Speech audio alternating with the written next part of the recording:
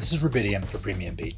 Today we're talking about villains and how to use the tools of cinematography to make your actors look more villainous, more evil, and downright nasty.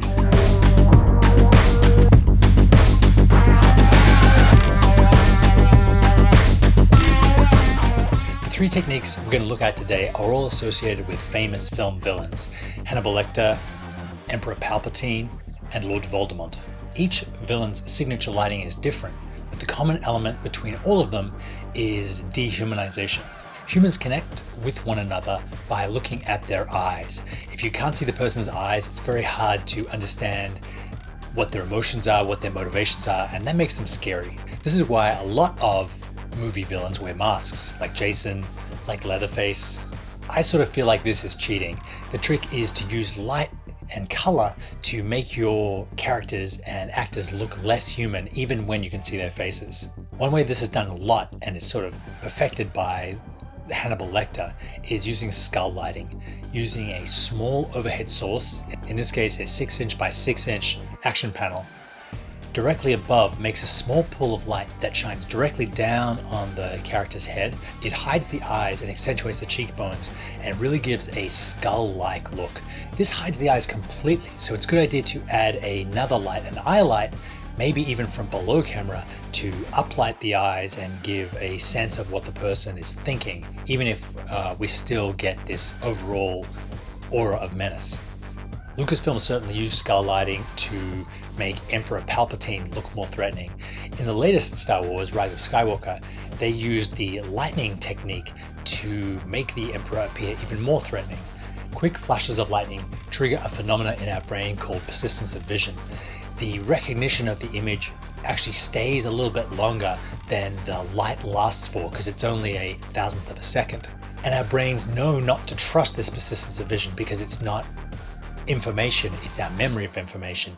This means when you have light flashing on a character very, very quickly, especially as the person's moving, it makes us mistrust our own eyes, and as a result gives us a very uneasy feeling. Couple this with uplight and side light to further distort the face and the lines of the face, and you have something that's very, very much a trope of horror filmmaking. Lots of modern LEDs have this effect built in, but not all of them are controllable. I used the Rotolight Titan X2 that you could adjust both the frequency of the light and the intensity. I placed it off to the side. I had a smaller light also set in the lightning underneath me to give uplight of almost a 1920s horror look. You can use this technique in total darkness like they do in the film, or you can use it on a silhouette so you know that someone's there but you can't quite get a handle of what they look like. The last character I want to look at is Lord Voldemort in the Harry Potter franchise. Now, maybe because Harry Potter was, one of the last big franchises to develop, they were looking around for a different way to represent their villain. They didn't want to do typical horror lighting or hard lighting like Darth Vader's mask, and they settled on this very flat, almost omnidirectional light that illuminates Voldemort from all angles.